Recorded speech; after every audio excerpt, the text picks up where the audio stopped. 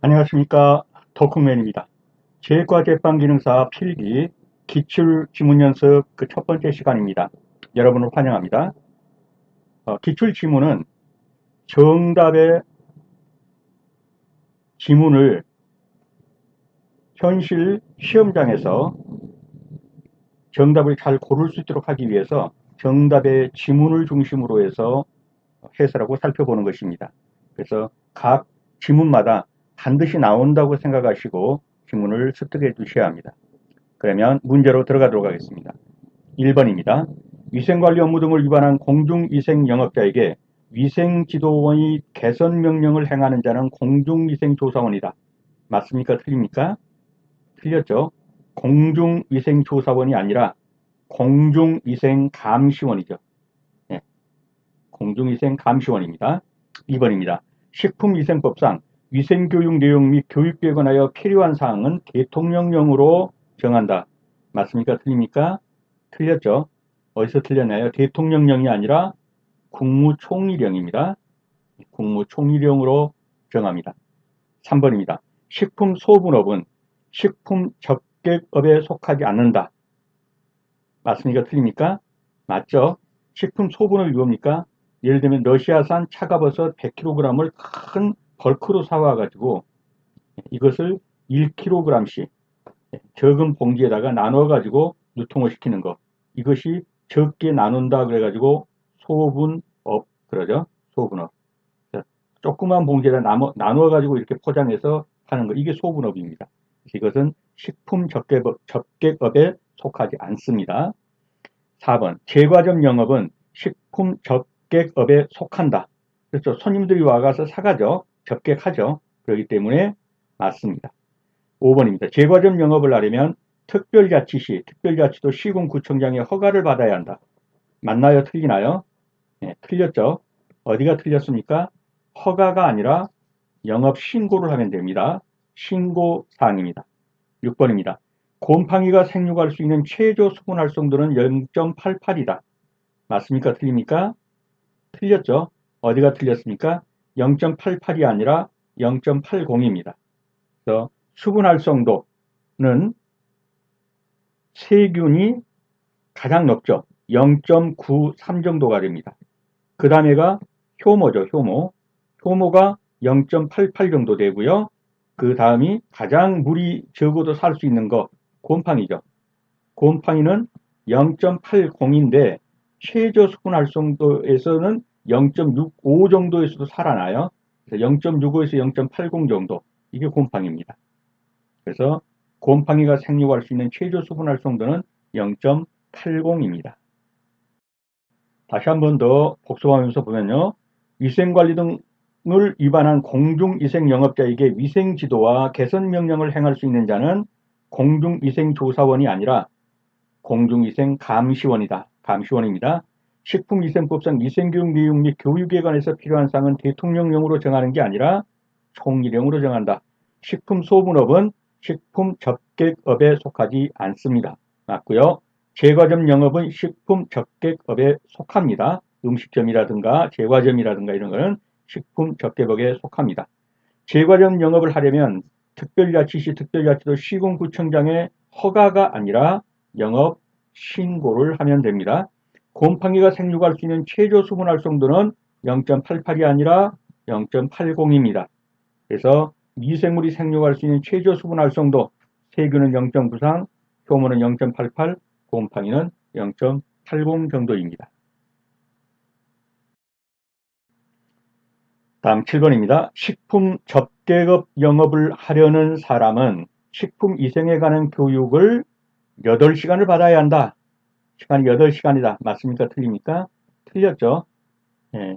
여러분이 식품 접객업 영업하려고 그러면 교육을 몇 시간 받아야죠? 6시간 받습니다. 그래서 틀렸습니다. 6시간 받아야 된다. 8시간이 아니죠. 즉석 판매 제조 가공을 하려는 자가 받아야 하는 식품위생 교육 시간은 즉석 판매 제조 가공업 6시간입니다. 그래서 맞습니다. 9번입니다. 식품위생법상 조리사 면허 취소 처분을 받고 그 취소된 날로부터 2년이 지나지 않은 경우 조리사 면허 결격사유에 해당한다. 맞습니까? 틀립니까? 틀렸죠. 취소된 날로부터 2년이 아니라 1년. 1년이 지나지 않은 경우에는 조리사 면허 결격사유에 해당돼서 시험을 볼 수도 없습니다. 취소된 날로부터 1년이 지나지 않은 경우 결격사유입니다. 10번입니다. 업무정지 기간 중에 조리사 업무를 하는 경우에 조리사 면허가 취소될 수 있다. 맞나요? 틀리나요? 틀렸죠? 어디가 틀렸습니까? 죄송합니다. 잠깐 화면이 고르지 못했습니다. 업무기간 정지 중에 조리사 업무를 하려는 경우 조리사 면허가 취소될 수 있다. 업무기간 중에 조리사 업무를 하면 취소될 수 있다가 아니죠. 반드시 취소되어야 합니다. 반드시 취소됩니다. 그래서 취소될 수 있다. 그렇기 때문에 틀린 것이고요. 11번에 조리사가 식중독과 관련한 중대사고 발생에 직무상 책임이 있는 경우 1차 위반 시 행정처분은 업무정지 15일이다. 맞나요? 틀리나요? 네, 틀렸습니다. 업무정지 15일이 아니라 1차는 죄송합니다. 네, 업무정지 15일이 아니고 1차는 업무정지 1월입니다. 2차 위반할 때는요. 업무정지 2개월이 되고 3차 위반할 때는요. 면허 취소입니다. 그러면 다시 한번 정답으로 확인해 보도록 하겠습니다. 자, 식품 적계급 영업을 하려는 자가 받아야 하는 식품위생에 관한 교육 6시간이고요. 즉석 판매 제조 가공업을 하려는 자가 받아야 하는 식품위생교육 6시간 맞습니다. 식품위생법상 조리사 면허 취소 처분을 받고 그 취소된 날로부터 2년이 아니고 1년, 1년이 지나지 않은 경우에는 조리사 면허 결격사유에 해당합니다. 10번 업무정지 기간 중에 조리사 업무를 하는 경우 조리사 면허가 취소될 수 있다가 아니고 반드시 취소하여야 합니다. 업무정지 기간 중에 해서는 안 되는데 조리사 업무를 했으면 반드시 취소합니다. 조리사가 식중독과 관련한 중대사고 발생에 직무상 책임이 있는 경우 1차 위반 시 행정처분은 업무정지 15일이 아니고 1개월, 2차 위반 시에는 2개월, 3차 위반 시에는 면허 취소 사유입니다. 다음은 해썹에 대해서 알아보도록 하겠습니다. 이 해썹에 대해서는 영역 표기에 대해서 좀 알아두셔야 돼요. 그래서 Hazard Analysis and Critical Control Point 그래가지고 이 hazard가 무슨 뜻이냐면 위해 이런 말이 위해 위험. 이 analysis는 분석. 그래서 위해 요소 분석.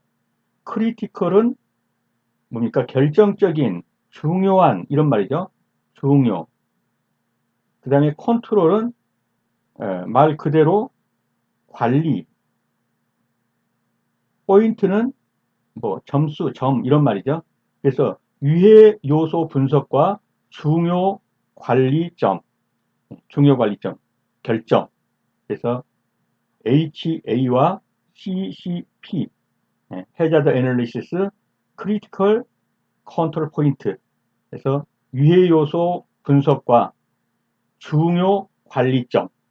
이렇게 보시면 되고요. 이것은 총 12절차로 이루어져 있는데 준비 단계와 그리고 해썹 실원칙으로 나눠집니다.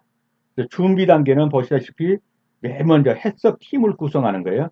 그래서 해썹 팀의 구성은 해썹 실원칙 중에 1원칙이다. 이러면 틀리는 거예요.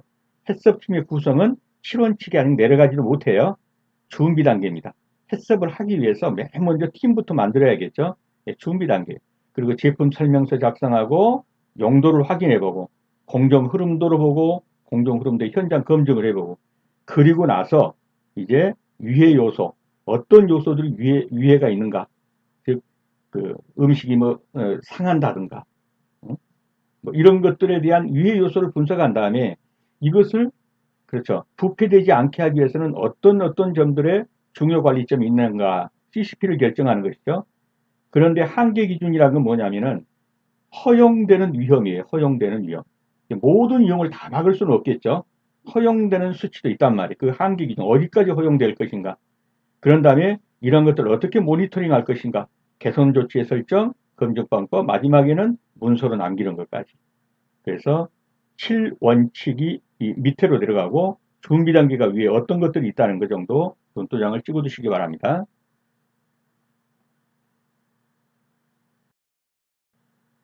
자, 좀 전에 보셨죠? 12번. 해썹팀의 구성은 해썹 적용의 7원칙에 해당된다? 아니죠.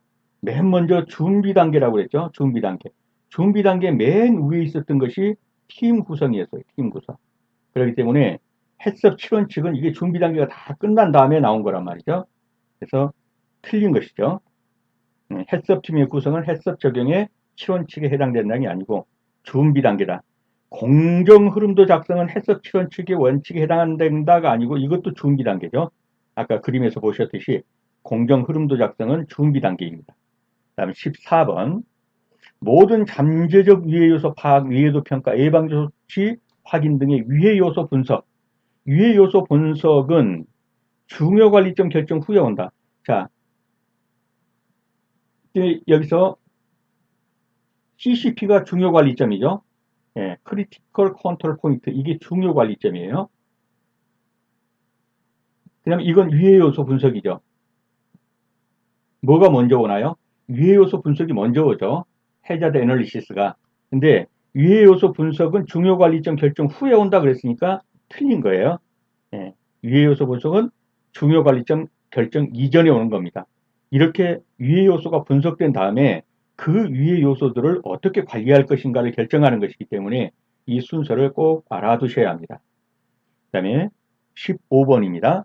해썹 7원칙 중에서 식품위생상 파악된 위해 요소의 발생을 예방 제거하고 허용 수준 이하로 감소시킬 수 있는 공정을 결정하는 과정, 중요 관리점 설정이다. 위에서 제가 설명드린 그대로죠. 이것은 맞는 표현입니다.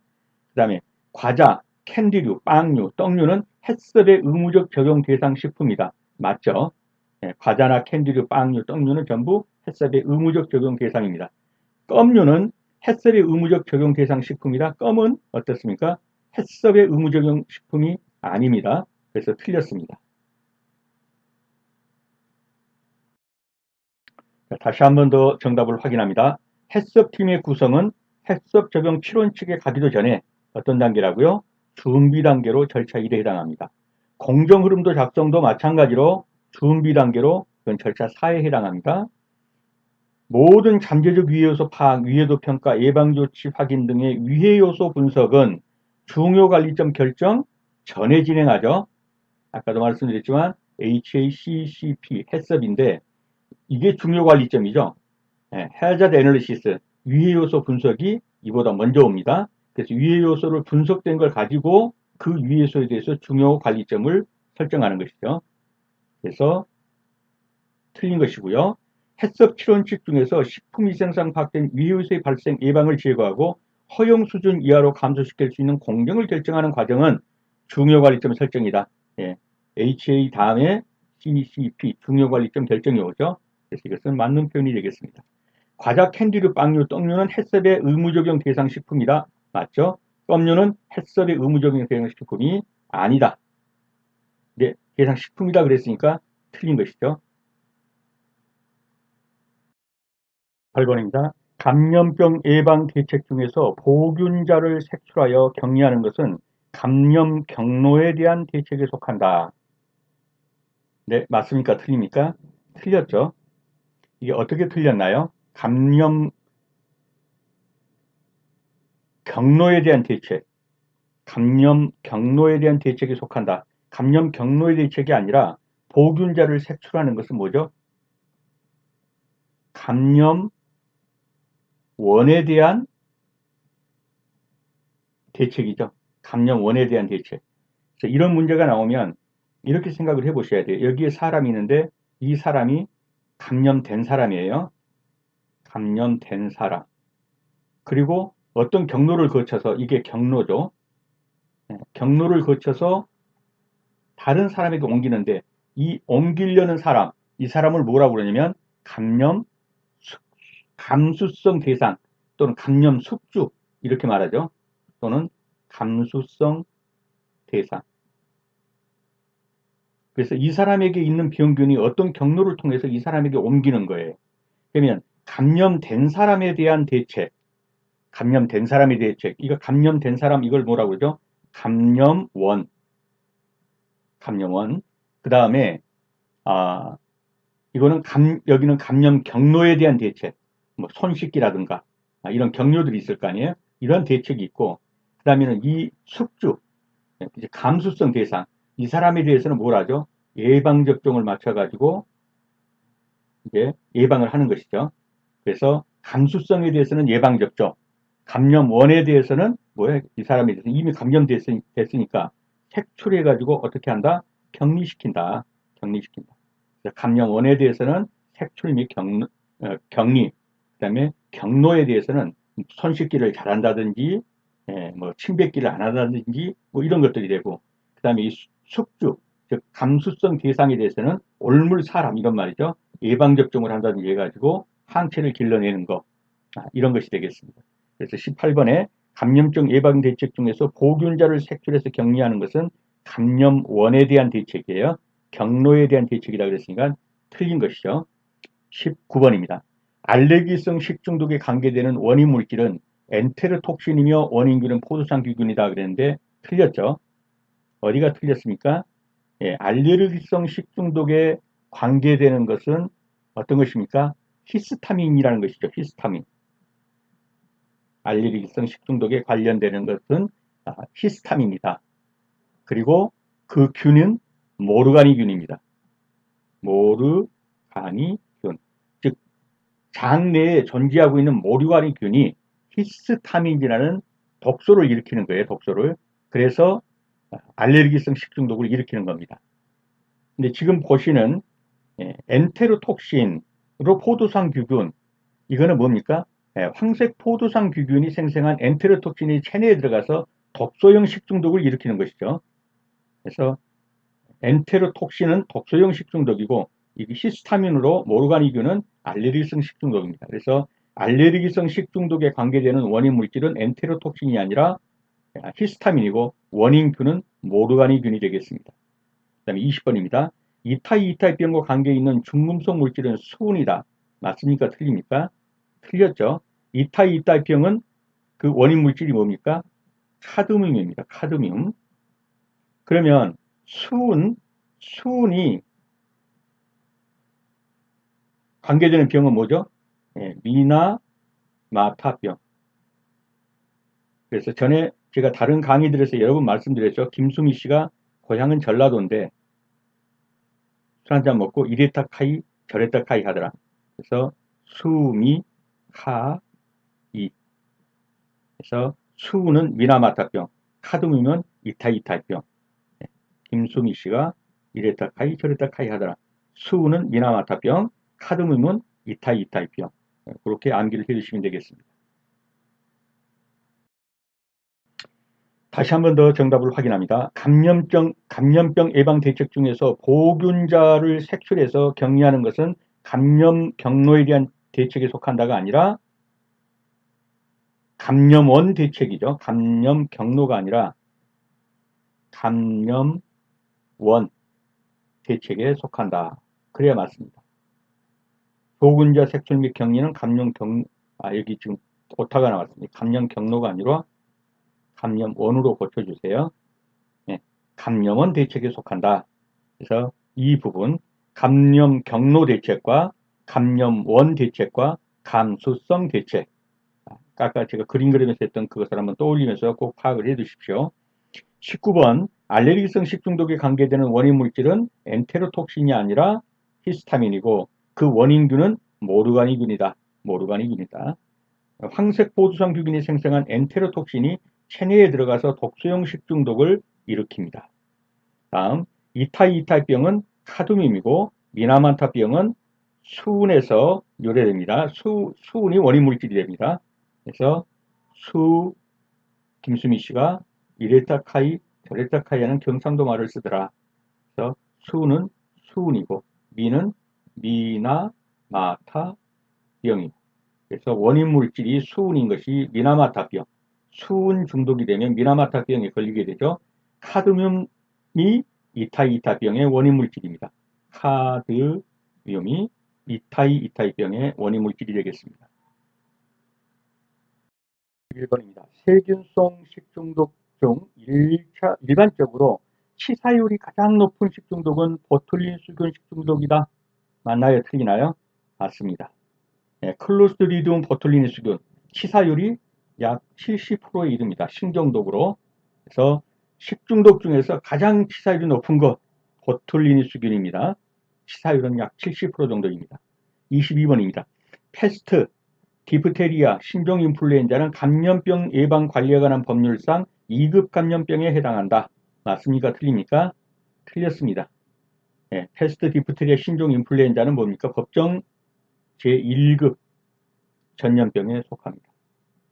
1급입니다. 1급에 속한 것은 이 외에도 패스트, 디프테리아, 신종인플루엔자 외에도 두창, 탄저병, 예, 이런 것은 전부 1급입니다. 두창, 탄저병, 아토병, 에볼라 바이러스 이런 건 1급 전염병입니다. 23번입니다. 식품 첨가물의 구비 조건으로는 소량으로는 충분한 효과가 나타나지 않을 것이 요구된다. 식품 첨가물의 구비 조건은 미량, 소량으로도 충분한 효과가 나타나야 합니다. 예, 그렇게 많이 써야만 효과가 나타나는 것은 좋지 않습니다. 아주 조금만 써도 나타날 수 있는 거. 이게 식품 첨가물이래야 돼요. 빵은 이만한데 첨가물도 이만큼 넣는다. 이건 안 좋은 거죠. 식품 첨가물은 소량으로 또는 미량으로 충분한 효과를 낼 수 있어야 합니다. 충분한 효과를 낼 수 있어야 합니다. 그래서 23번도 소량으로는 충분한 효과를 나타나지 않을 것이 요구된다. 그렇기 때문에 틀린 지문이 되겠습니다. 다시 한 번 더 확인해 봅니다. 세균성 식중독 중에서 치사율이 가장 높은 식중독은 보툴린수균이다. 예, 치사율 70% 맞습니다. 패스트, 디프테리아, 신종인플루엔자는 2급이 아니라 1급 전염병입니다. 1급 전염병. 1급 전염병은 패스트, 디프테리아, 신종인플루엔자, 두창, 탄저병, 보툴리는 독소증, 아토병, 에볼라 바이러스병 이런 것들이 1급 전염병에 해당하겠습니다.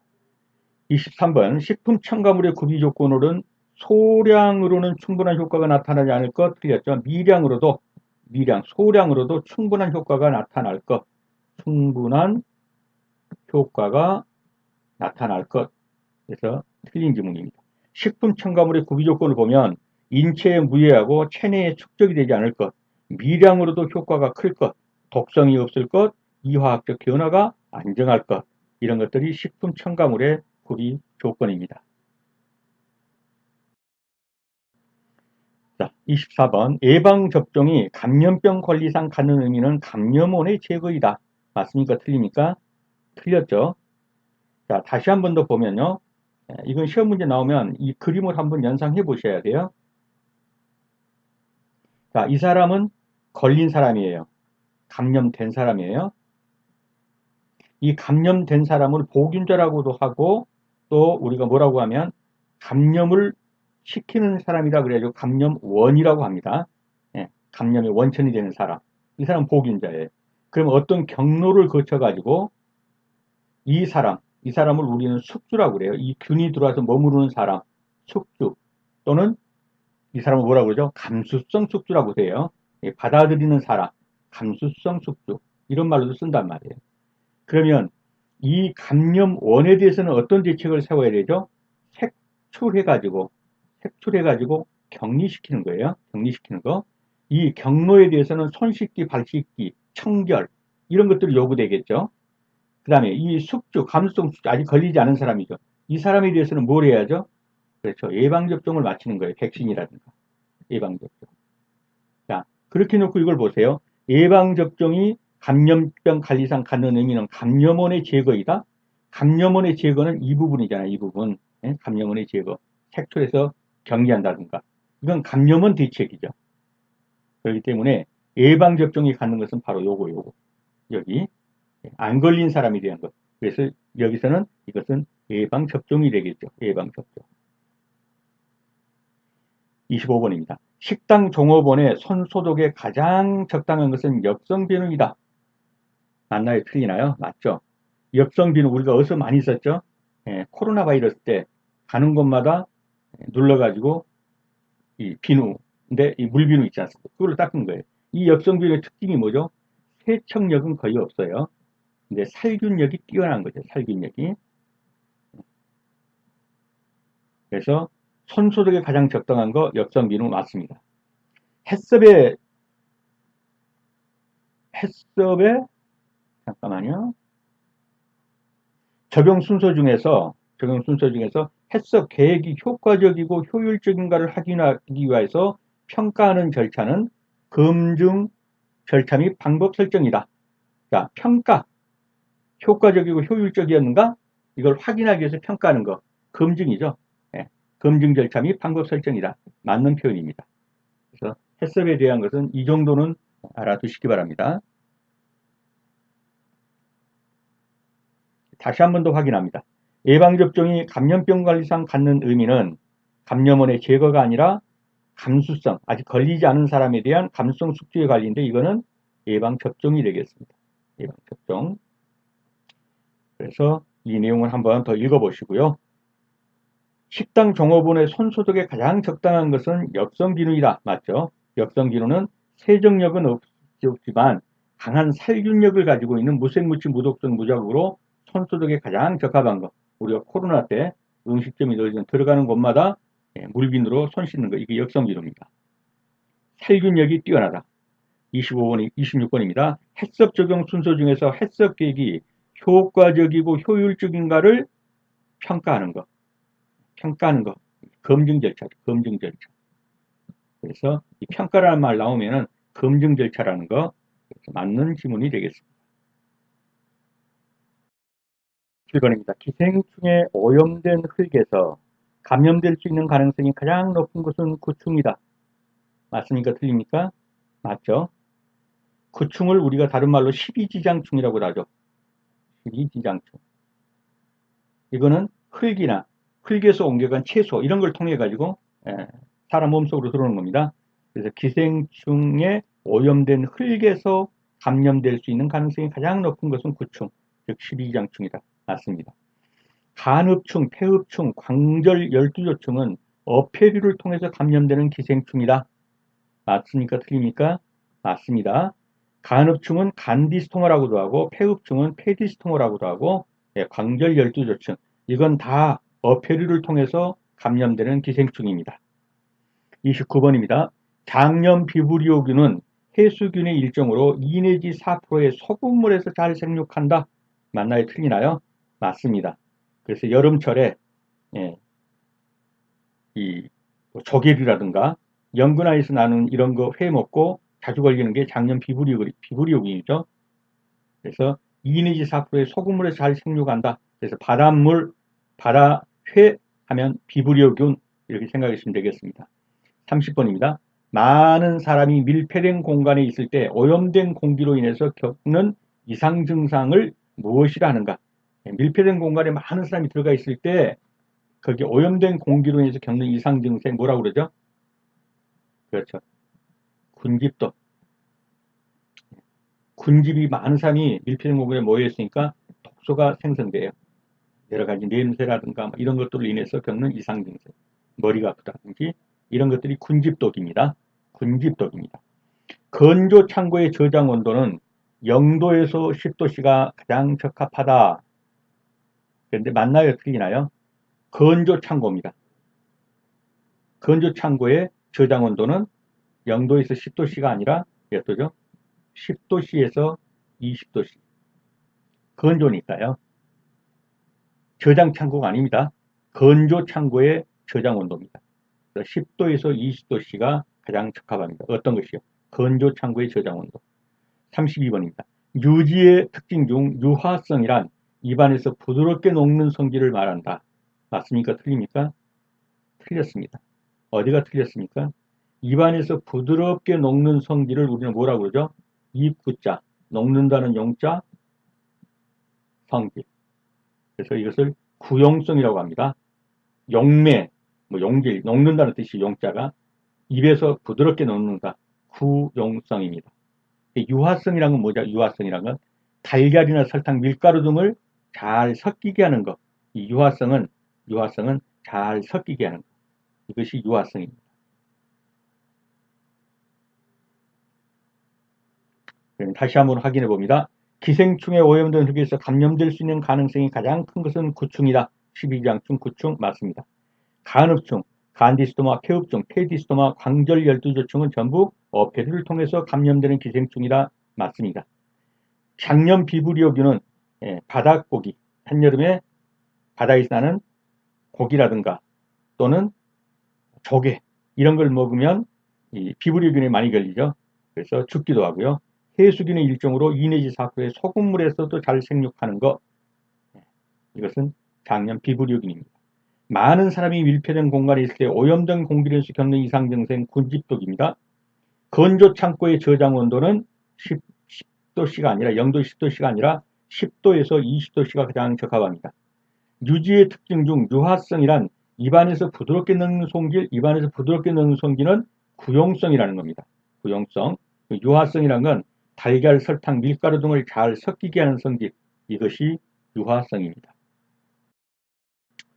33번입니다. 우유의 성분 중 유당은 캐러멜회나 메일라드 반응과 같은 갈변 반응을 일으켜서 껍질색을 개선해준다. 맞습니다. 유당은 캐러멜화나 메일라드 반응과 같은 갈변 반응, 이 갈색으로 그 색을 변케하는 갈변 반응이죠. 그래서 껍질색을 개선해준다. 맞습니다. 33번 이스트 발효의 최적 온도는 20도에서 25도씨이다. 맞습니까? 틀립니까? 틀렸죠. 온도가 높습니다. 이스트 발효의 최적 온도는 몇 도죠? 28도씨에서 32도씨입니다. 28도씨에서 32도씨의 이스트는 발효의 최적 온도입니다. 최적으로 발효가 된다는 얘기죠. 28도씨에서 32도씨입니다. 35번입니다. 탄수화물은 탄소, 산소, 수소, 질소를 구성 요소로 가지고 있다. 맞습니까? 틀립니까? 틀렸죠. 탄수화물과 지방은 뭘로 이루어졌죠? CHO로 이루어졌고, 단백질은 CHON으로 이루어졌죠. C는 탄소, H는 수소, O는 산소. 그래서 탄소, 산소, 수소, 탄소, 수소, 산소로 이루어진 것은 탄수화물과 지방이고, 단백질은 CHON, C, 탄소, H, 수소, O, 산소, N, 질소까지 해가지고 이루어진 겁니다. 그래서 탄수화물은 탄소, 산소, 수소, 질소는 안 들어가죠. 탄소, 산소, 수소로 구성되어 있습니다. 뭐가? 탄수화물과 지방.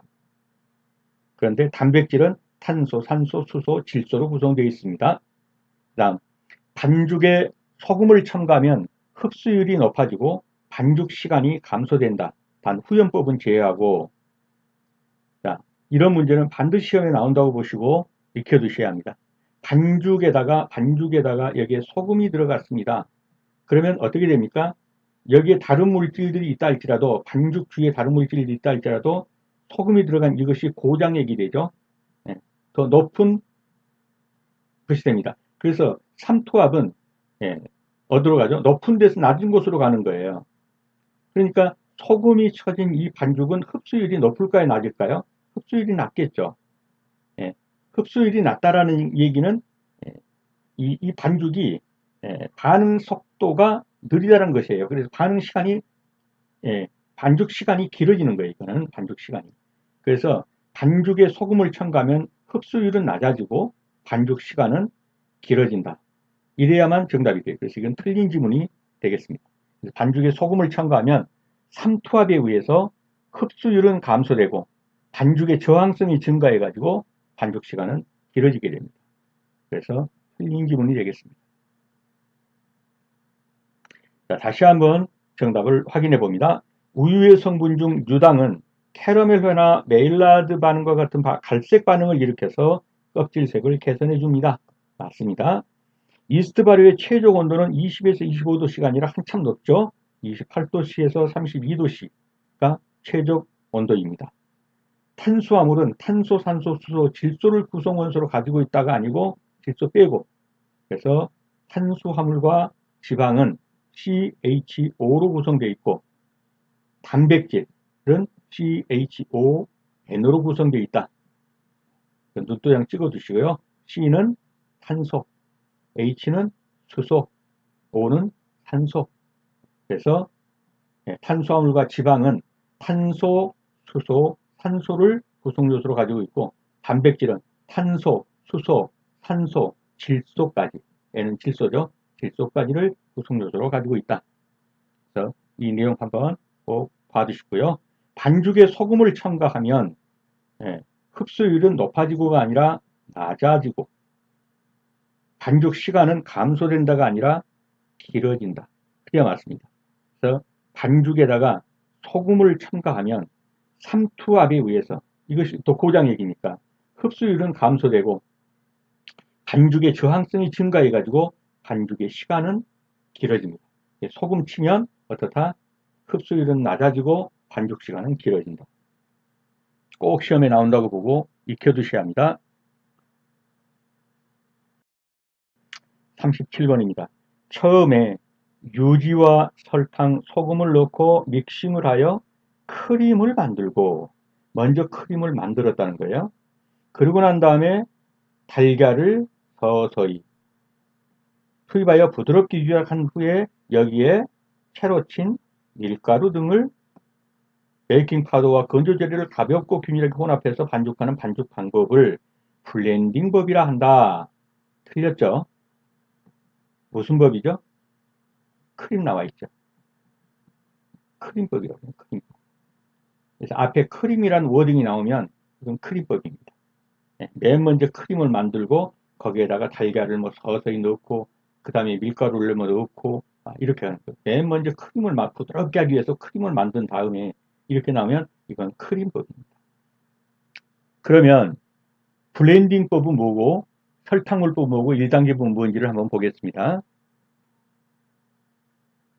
자, 지금 여기 지문에 주어진 것은 크림법이고요. 그래서 워딩에서 크림이라는 말이 나오면 이건 크림법이다 이렇게 알아두시면 되고, 블렌딩법은 뭐냐면, 블렌딩이라는 게 뭐냐, 섞는다 이런 말인데, 제일 처음에 유지, 기름에다가 바로 밀가루 섞어버리는. 그런 다음에 이제 피부 건조한 후에 뭐 다른 재료들을 이렇게 넣는 거죠. 다른 재료를.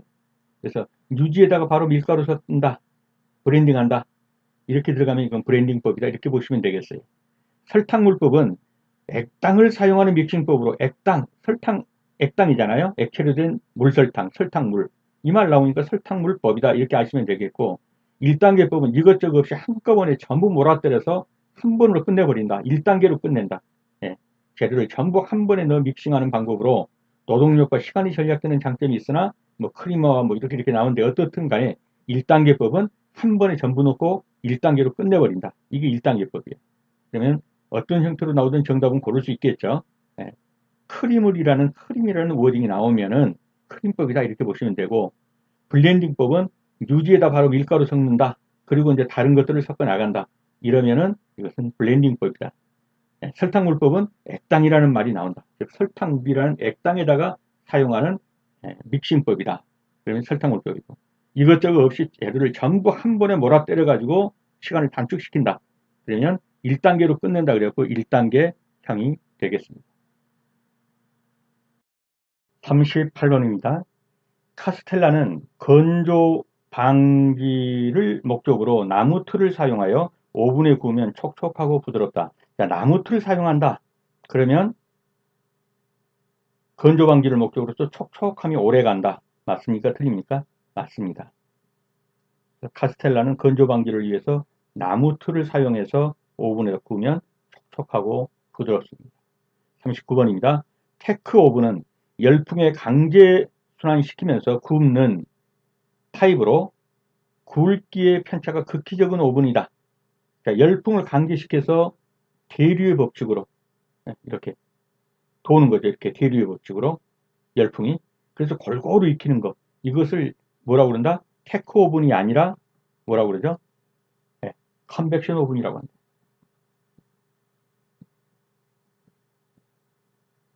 그래서 지금 이 지문에서 말하고 있는 것은 열풍을 강제 순환시키면서 굽는 타입으로 굵기의 편차가 극히 적은 거, 이렇게 대류로 돌게 만드는 거예요. 이렇게 열풍이. 그래서 익히는 거예요. 이걸 가리켜서 컨벡션 오븐이라고 한다. 컨벡션. 테크 오븐이 아니죠. 테크 오븐은 뭡니까? 이렇게 있으면 윗불 조절 따로, 아래 불 조절 따로. 이게 테크 오븐이에요. 위아래 불을 따로따로 조절할 수 있는 거. 이게 테크 오븐입니다. 그 다음에 또 오븐 중에서 터널 오븐이라는 거 있었죠. 터널처럼 생겼고 여기로 반죽이 들어와갖고 쭉 다 거쳐서 여기로 나가는 거죠. 이게 터널 오븐입니다. 이건 대량 생산하는 데 주로 쓰이는 거죠. 대량. 그래서 테크 오븐은 열풍을 강제 순환시키면서 굽는 타입으로 굵기 편차가 극히 적은 오븐이다. 틀렸죠. 지문이 설명하고 있는 것은 컨벡션 오븐입니다. 40번입니다. 비중컵의 무게가 40g, 물을 담은 비중컵의 무게가 240g, 반죽을 담은 비중컵의 무게가 180g일 때 반죽의 비중은 어떻게 구하나요? 비중은 반죽의 무게를 물의 무게로 나눈 겁니다. 반죽의 무게를 물의 무게로 나누는데, 자, 비중컵의 무게는 40g, 컵 무게입니다. 그런데 반죽은 얼마예요? 물을 담은, 그 다음에 반죽을 담은 비중컵이 180g이라는 거예요. 180g. 그러면 180g에서 컵 무게를 빼줘야겠죠. 40을 빼주고, 이게 반죽의 무게죠. 그 다음에 물의 무게는 얼마라는 거예요? 240g이죠. 240g에서 컵 무게 40을 빼주는 거예요. 그러면 얼마가 돼요? 분모는 200. 분모는 200이고 분자는 140. 140을 200으로 나눠보세요. 그러면 27이 14. 0.7이 되네요. 비중은 0.4이다 그러니까 틀렸죠. 0.7입니다. 비중이 0.4가 아니라 0.4는 틀렸고 0.7이 비중이 되겠습니다. 자, 다시 한번 답을 확인해 봅니다. 카스텔라는 건조 방지를 목적으로 나무틀을 사용하면 오븐에 구우면 촉촉하고 부드럽습니다. 습도가 오래 간다는 얘기죠. 맞습니다. 테크 오븐은 열풍을 강제 순환시키면서 굽는 타입으로 굵기 편차가 기적은 오븐이다. 열풍을 강제 순환시켜가지고 돌게만 대류로 만든다. 그래서 골고루 편차 없이 있게 한다. 컨벡션 오븐입니다. 그래서 틀렸죠? 테크 오븐은 뭐다? 윗불 따로 아랫불 따로 해서 온도 조절이 가능한 거. 이것이 테크 오븐입니다. 터널 오븐은 들어가는 입구와 나오는 출구가 다른 거예요.